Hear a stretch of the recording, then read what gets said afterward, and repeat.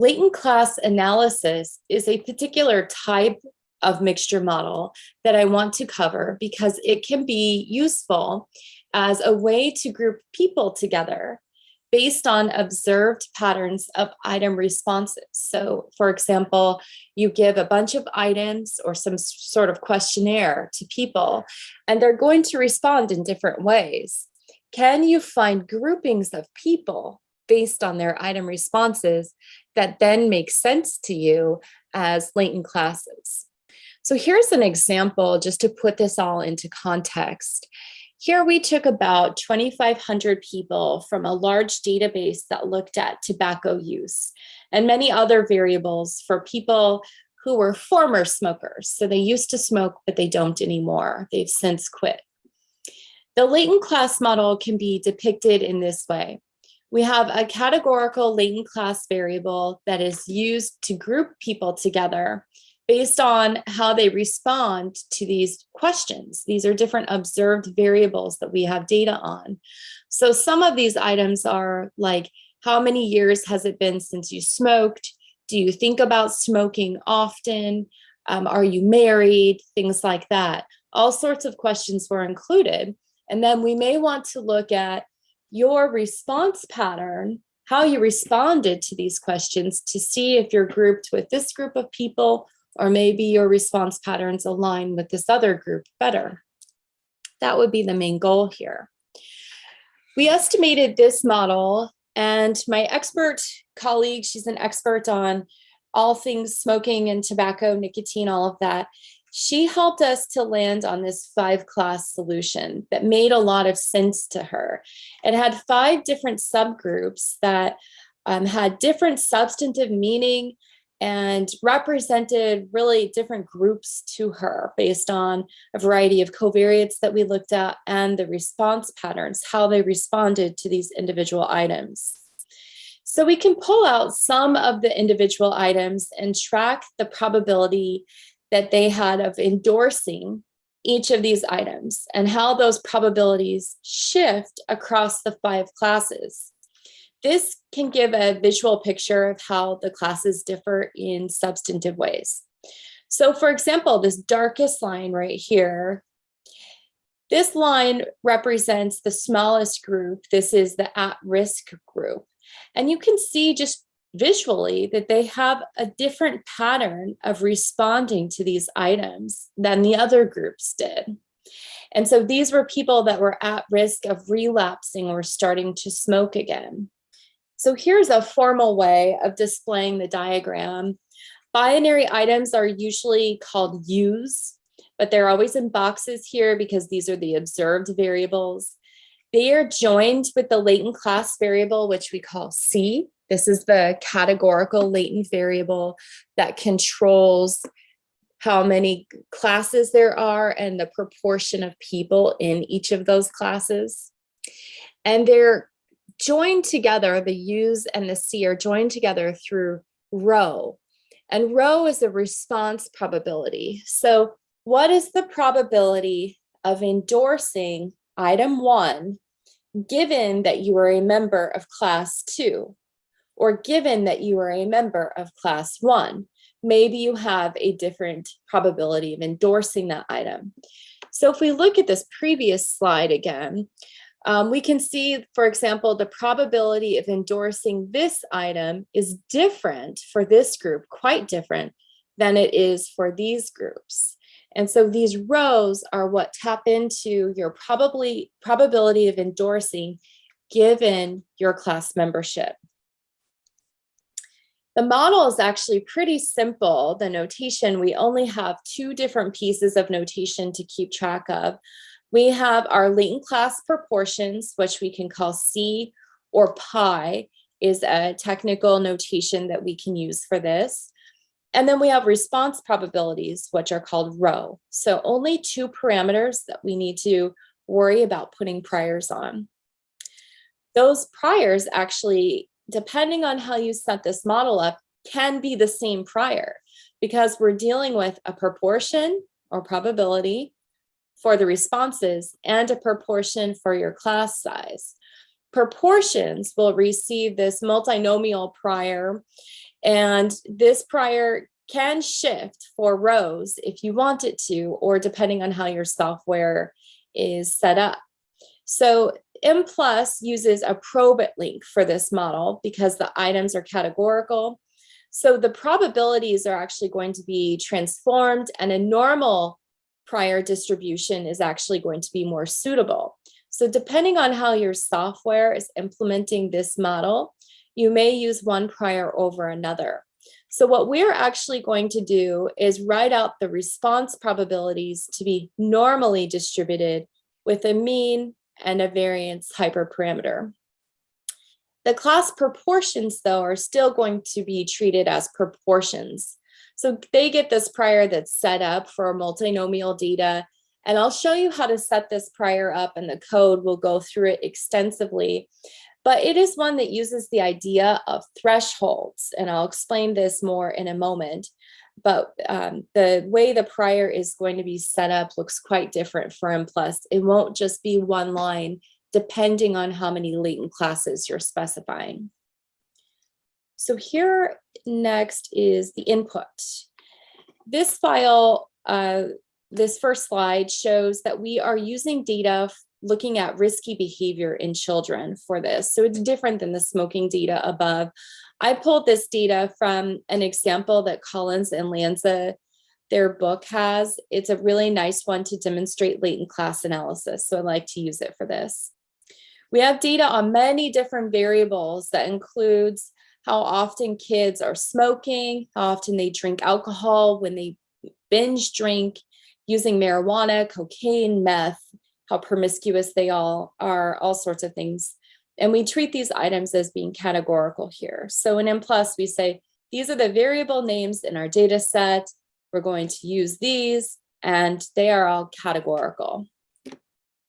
Next, we have the rest of the input file that specifies things about the analysis. So this next piece of code is specifying that we want 5 latent classes to be estimated. So classes equals C and then 5 in paren will say that we are estimating a 5-class model. Then in the analysis section of the code, type equals mixture is the main line that we need to add on top of the other lines that we've already been talking about in previous lessons. So type equals mixture because this is a mixture model, and 5 classes. Now we can set up the priors. And so here, I want to show you an interesting take on the priors for the latent class proportions. You don't have to do this. This is just kind of a learning opportunity on how to think about priors for latent classes. So this data set was pretty small. I pulled a random 281 people from this large database. And let's say that we want to test a particular latent class solution of 5 classes. And we have a strong idea about the class proportions that exist. So we're able to set up informative priors for these latent class proportions. That's what this slide is going to walk through. So let's say that we want to set these proportions up based on previous research. So a prior wave of the data that were collected and analyzed may have shown that there were 5 classes and that they had specific class proportions associated with them. So we could pull those class proportions from that previous wave of data and say, we want to test a model using these data that are different from the previous wave, but putting those class proportions in through priors. And so those proportions are 67%, 9, 14, 4, and 5. So all of these would make up a whole, and this would show you what proportion each of those 5 latent classes would be comprised of. So how we do this in Mplus, if we have 5 latent classes, think about how many cut points you have in between 5 things. You have 4 cut points. These are thresholds. Mplus works in terms of thresholds. So 5 categories need 4 thresholds to be specified. So that's what we have listed down here. I'll explain what all of this junk is in a moment. But right here, we have 4 different things set up, D1 to D4. These are the 4 thresholds that are ultimately going to create 5 classes that are of certain size according to the priors that we implement. The numbers listed here mimic how informative the prior setting is.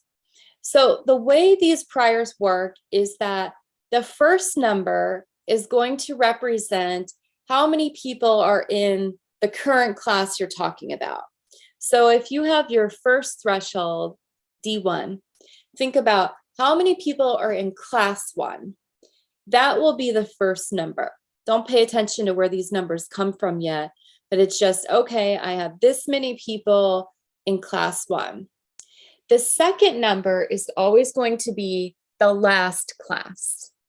And so notice that in all 4 of these lines, I have the same number. We still don't know where those came from, but we can see it's the same. It's because we're always putting it in reference to the last class. This is how the threshold system works in Mplus. So we have class 1, its size compared to the last class, which is class 5. And then we have class 2 compared to the last class, class 3, and then class 4. If we want to use an informative prior, then what I would do is I could take my proportions that I got from previous research and I feel pretty strong about. I could just take those proportions and I can multiply them by my sample size. What this would tell me is exactly how many people I would expect to be in each of my 5 classes if they exactly followed those proportions that I'm hypothesizing. And so that part is what you see right here. So 0.67 times 281 gives us 188, right? And so if 67% of my cases are in class 1, that would be 188 people. Then if I have 9% in class 2, that would give me 25 people. So these numbers right here, this 88, 188, 25, 39, 11, and 14, this would represent if I was using a fully informative prior. If I wanted to set that up in this prior setting down here, I would take this number, 188.27, and that would be this number right here. So I would have 188 would be class 1 compared to the last class, which is 14. So 188, 14. Then I would have 25 compared to the last class, which is 14. And then I would have 39 compared to 14. And then 11 right here compared to 1405. That would be a fully informative prior placed on the class proportions. So what I'm showing you here is a bit different from that because we're trying to broaden our horizon and not just think in terms of dichotomies of diffuse versus informative. What I have here is something that I call a half informative prior. And this is where the numbers that I computed that represent those class proportions that I have a strong opinion about existing, but those numbers I computed are going to get cut in half. Do you see how I divide by 2? I create a half informative prior. So now I have about half of the sample size represented here, not the full 281 people. And I can set my priors up so it's first class and then last class and so forth. This is a way of basically creating a weekly informative prior for the latent class proportions. So only half of the people are represented in the prior setting, and the other half can sort of be more freely assigned. So it's like saying, I have an opinion about the class proportions, but I also want the data to drive some of what this looks like and not just my strong opinion. So it's holding back and creating a weaker prior in that sense. So again, to do this, we would just divide those numbers by 2. You can think of also having like a quarter informed prior. You could divide this by 4. So however weak you want it to be is up to you. But the idea of this is that the fully informative prior would use these numbers. And then you could shift it downward if you wanted to create a weaker prior. There's an important thing to note here, and it's about the default prior that Mplus uses. So by default, if we were to not have any of this, Mplus would have a 10 in all of these places. So it's a 10, 10, 10, 10, and so forth. This is thought to be an uninformative prior. And if you have huge data sets and your classes are sort of equally sized, then it's true that prior can be more diffuse. However, if you have a case where at least one of your classes is pretty small relative to the others, the sample size in that class could still be huge, but proportion-wise, it's much smaller than the others, then that default prior can actually act as an informative prior. The 10, 10, 10, 10, 10 will take that class that is relatively smaller and make it more equal in size to the others. So you end up with some classes coming back to you smaller than they should have been, and some coming back to you larger than they should have been. That prior can really mess things up in that context. And so you really want to be aware, I guess, is a good word, of if you have small classes that you believe to be present. Because if you do, then that default diffuse prior may not actually be performing in a diffuse way. It might be more informative than you think. And so doing something more like this to mimic your class proportions, you're more likely to be able to tease out that class that is relatively smaller than the others. And in this case, if we really did have strong theory and strong reason to believe that these proportions existed, this is the exact situation that we have here. We happen to have a couple of really small classes, 4% and 5% of the data respectively, and one huge class.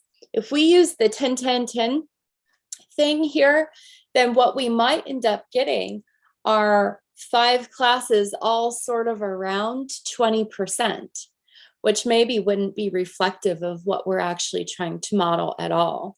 So this is an important thing that I will bring back up, but file away, because I think it is maybe the most important thing in all of the lessons, because it's so potentially detrimental to the results that you get. People like to rely on default priors because it's easy and they think that they're not having a large impact, but they really can be. Okay, so next we have more priors. So this is how we would set up a subjective or informative prior on the rest of the model. And so here we can set up informative priors for individual response probabilities. This is code for class 1. So C number 1 is class 1. We have 12 different items here, each with a response probability that we can say is distributed normal because of using that probit link. We can set up our own prior where we replace the default settings and have our own mean hyperparameter and variance hyperparameter, and these can be pulled from wherever you want them to be. These are very specific numbers because I pulled them from a previous data analysis looking at a prior wave of data to help to inform these priors for this next wave that was collected. So we would have this for class 1 set up if we want informative priors, then class 2, 3, 4, and 5. Again, we don't have to have informative priors, right? But this is how you would go through and do it. And notice that the priors are different for each of the items and for each of the classes. So now we can look at the model part. All of that was just to set up priors and how we would go through and set informative priors on response probabilities and weakly informative priors for the class proportions. So now we can set up the actual model part. This first part of the model code is the overall part that can correspond to the latent class component. And so this is where we actually see those thresholds. This is Mplus' coding for how it's going to set up our different thresholds to create the 5 different latent classes. And so what we have here are in brackets here, always thresholds. C number 1 is going to be our first threshold. Then number 2 is our second, third, and fourth. So again, 4 cut points to create 5 classes. We can have starting values here if we want that would correspond to the class proportions. There is an equation that you can use to equate a threshold to these proportions. And so I've put threshold values in here as starting values. But the most important thing we need is this part. And these are the labels that tie these parameters up to the priors that we already specify to ensure that each threshold receives its own prior, how you intend it to. The next part of the model will set up the model code for the individual classes. So here this is for class 1. So you put it in these percent signs, just like here we had it in overall, has to be in these percent signs. Now we see C number 1, class 1. Now the item response probabilities are going to be written out as thresholds here in the code. And so that's why they're in brackets. So you have a variable name that you set up above in your code, a $sign, and a 1. So this variable has 1 threshold in it because it is a 2-category item. Did you do it or didn't you? Do I endorse it or don't I? And so here we have this variable $sign 1 says it's going to have 2 categories or 1 cut point. The asterisk says I want to give it a starting value. I can leave this blank or put a value in here if I want of what I think that should be. And so here I have, or a starting value, not what I think it should be, but what the starting value would be. So here I've placed starting values for all of them. And then again, importantly, I give it a label or a name. And this is how we're going to tie that particular threshold to the prior that we set up above. So we do this for class 1, 2, 3, 4, 5.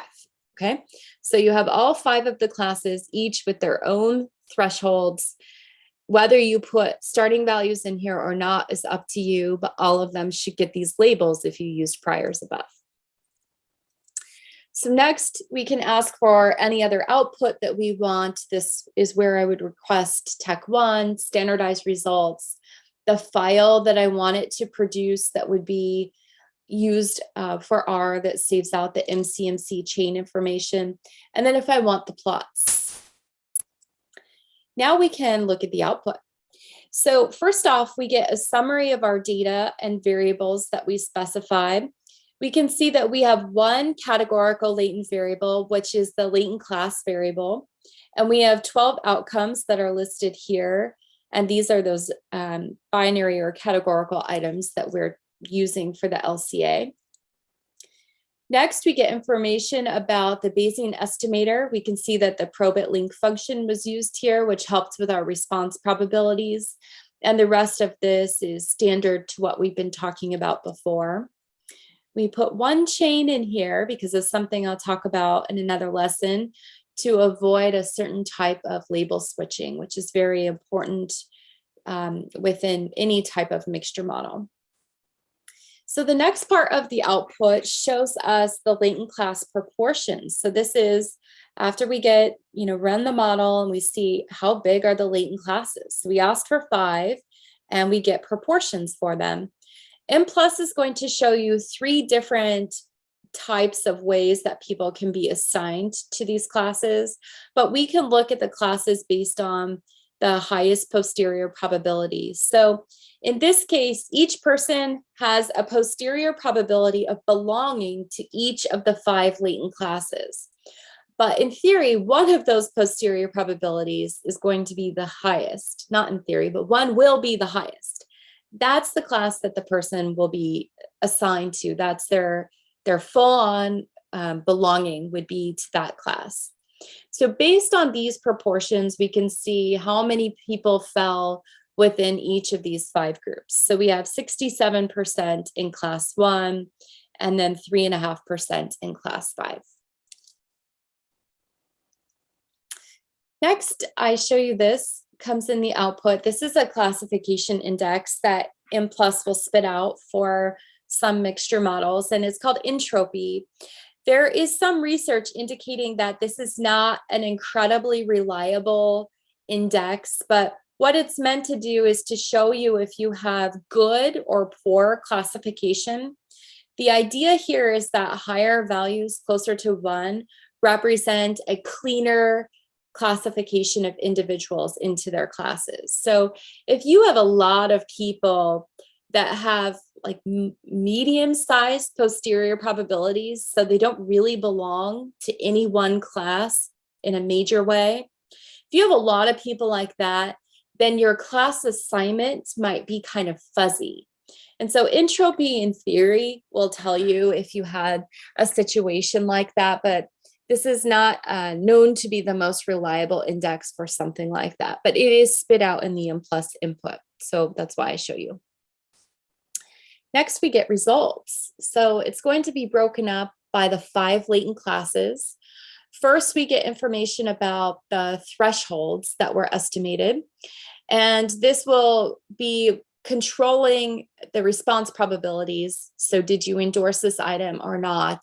We'll see later in the output that we get it in probability scale, which is a lot more interpretable than this part. But we initially will get those estimated thresholds for each of the latent classes. So we see class 1 here, and then 2, 3, 4, and 5. So next we get information about the class proportions again. We saw these above, but it will give you more stats about them as well down here. And this again is linked to it in terms of the thresholds for the categorical latent variables, but then this is the actual class proportions that become very interpretable for us. Then we see results in probability scale. So this is converting those thresholds above for the items, converting them to probability scale. So for example, if category 2 was endorsing the item, you would say that the number of people, or proportion of people who endorse this item in class 1 is 0.945, and that may be different from class 2 and so forth. And looking at these patterns of responses that you obtain for each of the classes, maybe even plotting them like how I showed you before, this is what makes the results have meaning to them. Next, if we want, we can ask for standardized results if that's important. Here, putting things in the response probability metric is usually what you most want to see, but you can look at this if you want. Tech 1 isMplus's numbering system for the parameters. We then have starting values come next in the output. Then we see our priors. These are some of the normal priors, and then our priors for the class proportions. So we replaced all of the priors in this model, and they would all be listed in the output. Then the output will list all of the plotting information available to you, as well as restate that file that was created that has the MCMC information that you can read into R if you want.